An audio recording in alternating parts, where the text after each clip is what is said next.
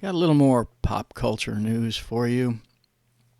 You guys know how much I love movies and am rediscovering comic books and stuff like that. I was into comics in my youth, back in the late '70s, early '80s, and the mid '80s. Anyway, the Marvel, the MCU kind of brought me back into it, and of course, after Phase 3, they started killing it. And while we're on that subject, a recent interview that Bob Chapek did on the Wall Street Journal podcast shows that despite what a lot of people have been rumoring, Bob Chapek is not in any way, shape, or form planning on changing the woke direction of Disney. Indeed, he said that Disney is going to continue to try to reflect the diverse world in which we live and cater to all families.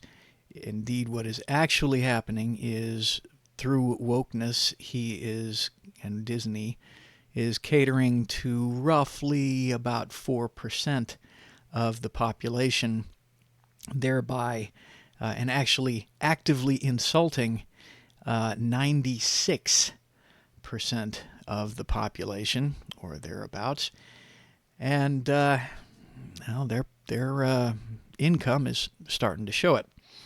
And one big proof of this is the most recent She-Hulk series, which they actively stated that it was meant to be a middle finger to the fans, or to those fans that they consider toxic. And by those fans they consider toxic, that means the fans that like the actual original She-Hulk and the original source material. So it's clear that Disney and Marvel Studios hate the fans.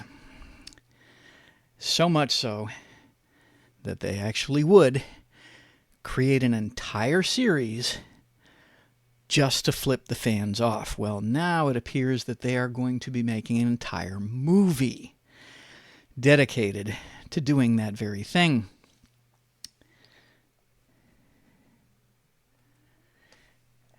Yahya Abdul-Mateen II is confirmed as Marvel's woke Wonderman.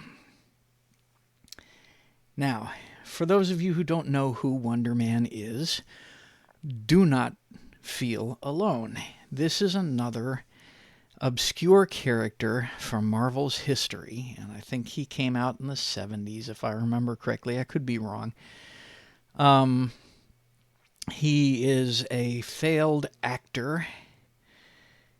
He is it was created to spoof basically Hollywood, and he was a satire character, and he was funny. And that's what this ostensibly is supposed to be, but he was a white guy.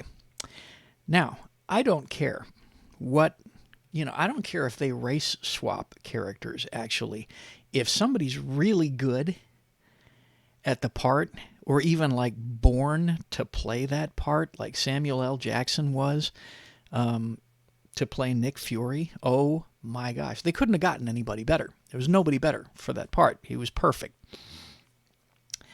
So I don't mind. I don't care.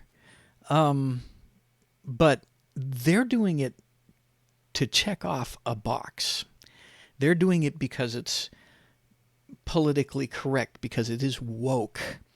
And as a matter of fact, it has just come out. I don't know if the actual story has come out yet, but a story is going to be coming out in thatparkplace.com, I believe, that from a very insider person who is talking about how Disney actually has a metric as to how many people of a certain type are allowed to appear on screen or in a movie at any or given time. Apparently, you're only allowed to have so many white people, and so it's not about inclusion and diversity as much as it is as marginalizing white people as much as possible. And this is apparently part of that matrix that they have. And when that story actually comes out, when it actually gets released, I'll do a little bit more on that. And while we're on the subject of wokeness and stories, apparently Forbes has come out with an article verifying that the reason that Henry Cavill left The Witcher is indeed because the writers hated the source material. And he just decided that, if they're not going to accept his input, and if they are not going to be true to the source material, that he is just, they can use somebody else, which they did. Another commentator on YouTube pointed out that the rapidity with which they, it was actually simultaneous, where they mentioned that Cavill was leaving and he was being replaced by Liam Hemsworth.